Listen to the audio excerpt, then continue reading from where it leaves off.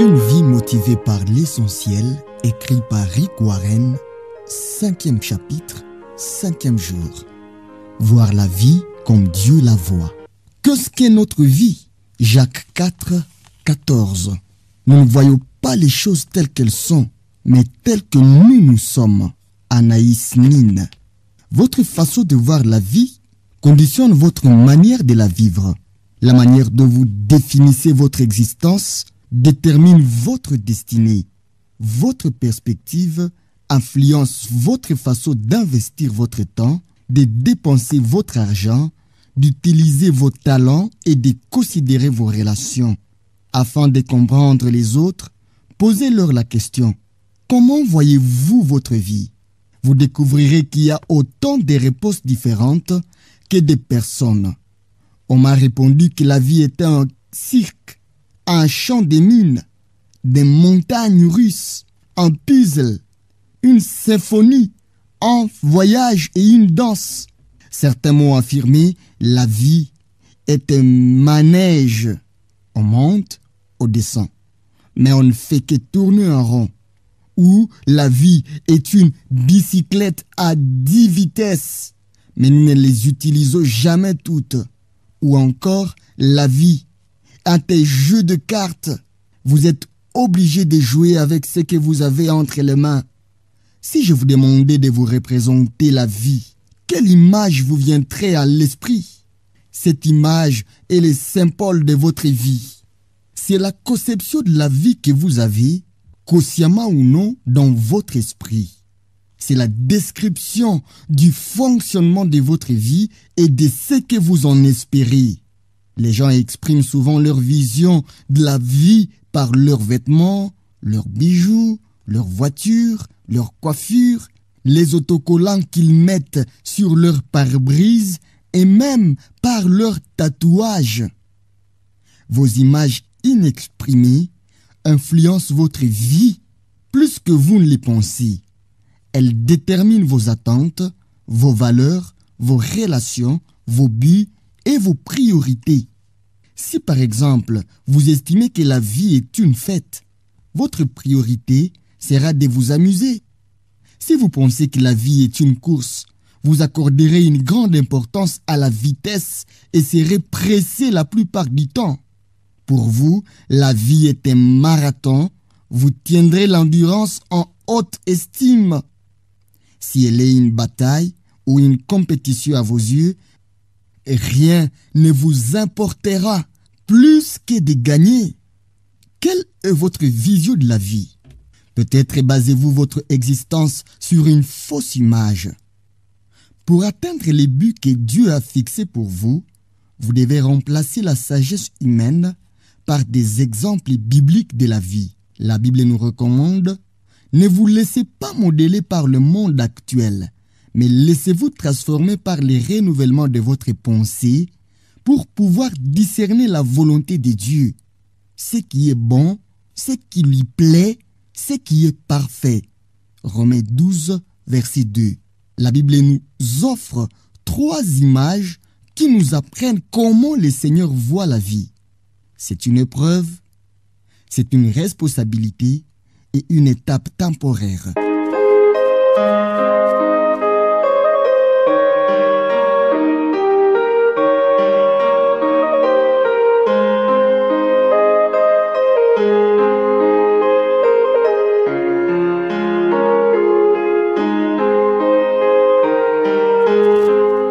Ces notions sont à la base d'une vie motivée par l'essentiel.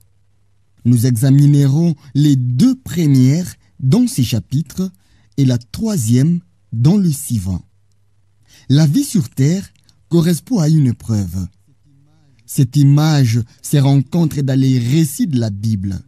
Dieu met constamment à l'épreuve les caractères, la foi, l'obéissance, l'amour, l'intégrité et la loyauté de ses créatures.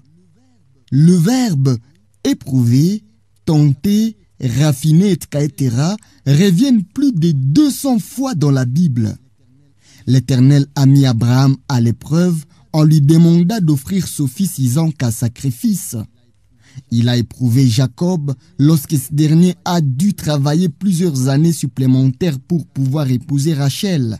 Adam et Ève ont raté leur test dans les jardins d'Éden. David a échoué plusieurs fois quand Dieu l'a mis à l'épreuve. Mais la Bible nous fournit aussi de nombreux exemples d'hommes et de femmes qui ont brillamment réussi comme Joseph, Ruth, Esther et Daniel.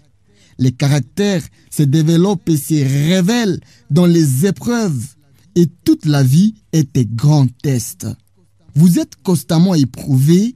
Le Seigneur observe sans cesse vos réactions face aux gens, aux problèmes, au succès, aux conflits, à la maladie, aux déceptions et même au temps qu'il fait. Il regarde vos gestes les plus simples, comme lorsque vous ouvrez une porte pour quelqu'un d'autre, ramassez un morceau de papier ou vous montrez poli envers un employé. Nous ne savons pas combien de tests Dieu nous réserve, mais en nous basant sur la Bible, nous pouvons en prévoir certains. Nous serons éprouvés par les grands changements, par des promesses qui tardent à se réaliser, par des problèmes insolubles, par des prières sans réponse, par des critiques imméritées et même par des tragédies dont le sens nous échappera totalement. Dans ma propre vie, j'ai remarqué que le Seigneur éprouve ma foi par des problèmes. Il éprouve mon espérance par ma façon de gérer mes biens et mon amour par mes relations avec les autres. Comment réagissez-vous quand vous ne sentez plus la présence de Dieu dans votre vie? Parfois, il se retire volontairement et nous avons l'impression qu'il n'est plus avec nous. Un roi nommé Ézéchias a subi cette épreuve. La Bible dit, Dieu l'abandonna pour le prouver, afin de connaître tout ce qui était dans son cœur. Des Chroniques 32, verset 31. Ézéchias avait bénéficié d'une étroite communion avec Dieu. Mais, à un moment de sa vie, le Seigneur le laissa seul afin de tester son caractère, de révéler une faiblesse et de le préparer à de plus grandes responsabilités. Si vous comprenez que la vie est une épreuve, vous comprendrez consciemment que rien n'est insignifiant. Même le plus petit incident contribue à développer votre caractère. Tous les jours ont leur importance et chaque seconde vous donne l'occasion de modeler votre personnalité, de manifester de l'amour ou de compter sur le Seigneur.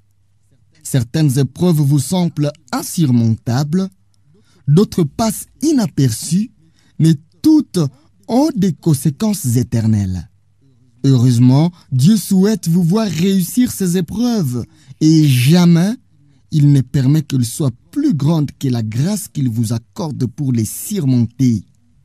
La Bible dit, les tentations que vous avez connues ont toutes été de celles qui se présentent normalement aux hommes. Dieu est fidèle à ses promesses et il ne permettra pas que vous soyez tentés au-delà de vos forces. Mais au moment où surviendra la tentation, il vous donnera la force de la supporter et ainsi le moyen d'en sortir. En Corinthiens 10, verset 13.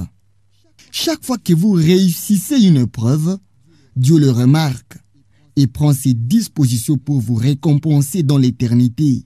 Jacques l'a bien dit, « Heureux l'homme qui tient ferme face à la tentation, car après avoir fait ses preuves, il recevra la couronne du vainqueur, la vie que Dieu a promise à ceux qui l'aiment. » Jacques 1, verset 12. La vie sur terre est une responsabilité. C'est la deuxième image biblique de la vie. Notre temps sur la terre, ainsi que notre énergie, notre intelligence, nos occasions, nos relations et nos ressources sont des dons de Dieu. Il nous a laissé le soin de les gérer. Nous sommes les gestionnaires de tout ce que le Seigneur nous confie. Pour cela, nous devons d'abord admettre que Dieu est le propriétaire de tout et de tous ici-bas. La Bible dit, À l'Éternel la terre et ce qu'elle rafferme, le monde et ceux qui l'habitent. Psaume 24, premier vers. Au cours de notre bref passage sur terre, nous ne sommes jamais vraiment des propriétaires. Dieu nous prête la terre. Elle lui appartenait avant notre arrivée et il la prêtera à un autre après notre départ. Nous ne pouvons en jouir que pour un temps. Après avoir créé Adam et Ève, Dieu les a chargés de prendre soin de sa création et il les a nommés gérants de la propriété, gérants de sa propriété. La Bible dit, et Dieu les bénit et Dieu leur dit, fructifiez et multipliez, y remplissez la terre et l'évastissez. Genèse 1, verset 28. La première mission que l'Éternel a confiée aux hommes a été de gérer tout ce bien sur la terre et d'en prendre soin.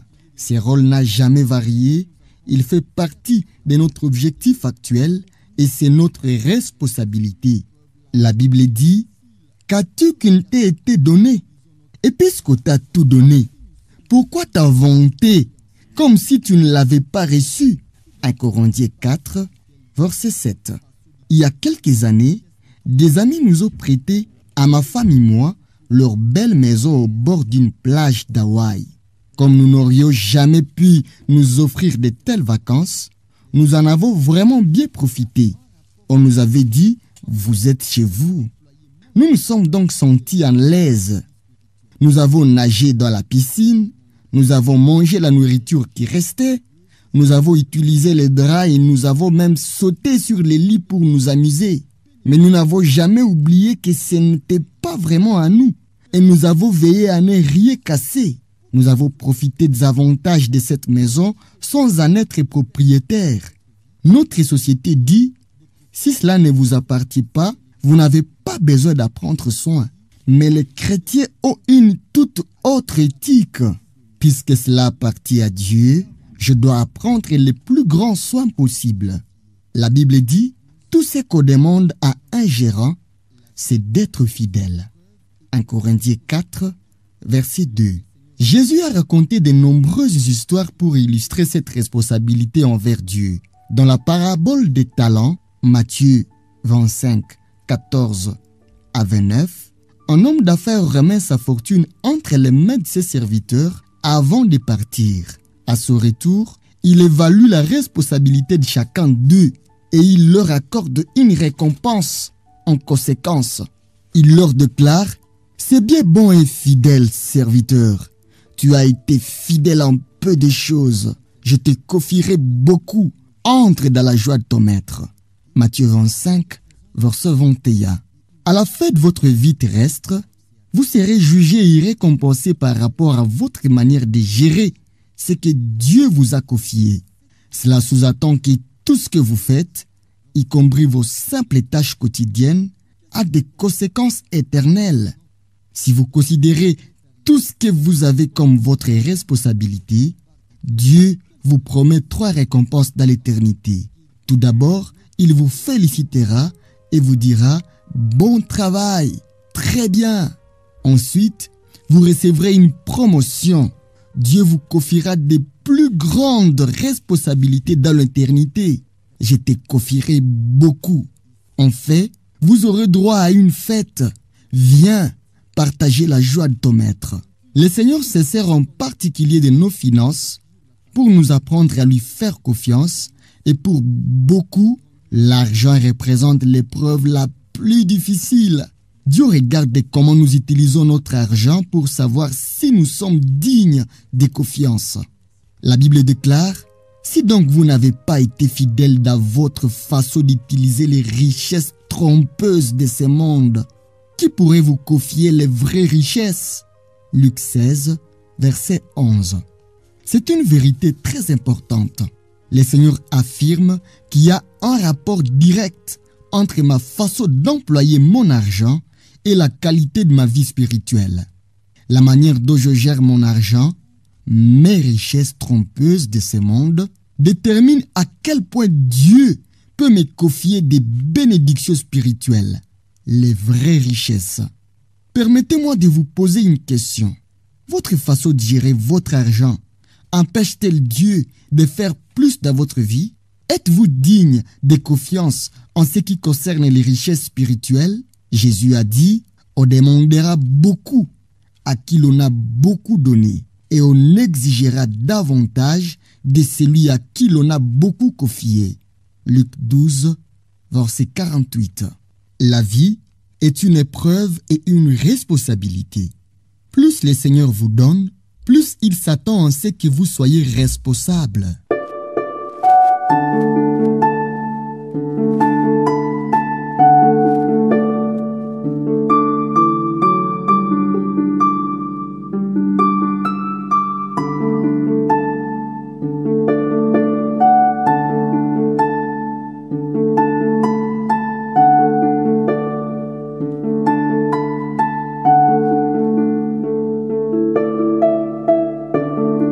Cinquième jour, définir mon objectif. Idée à méditer, la vie représente une épreuve et une responsabilité. Verset à retenir, celui qui n'est pas fidèle dans les petites choses ne l'est pas non plus pour ce qui est important. Luc 16, verset 10. Question à me poser, qu'est-ce que je comprends maintenant dans ce qui m'est arrivé récemment comme étant une mise à l'épreuve de la part de Dieu? Quelles sont les missions les plus importantes que Dieu m'ait confiées?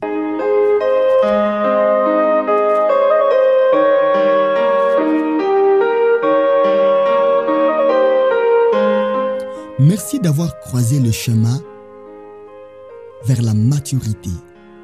Ici, nous vous faisons la lecture des livres chrétiens. Nous sommes convaincus qu'en écoutant et en lisant chaque jour la parole de Dieu, nous serons transformés à son image, grandir tel qu'il est, être tel qu'il veut. N'hésitez pas de vous abonner à notre chaîne, de liker, de partager. Merci et que Dieu vous bénisse.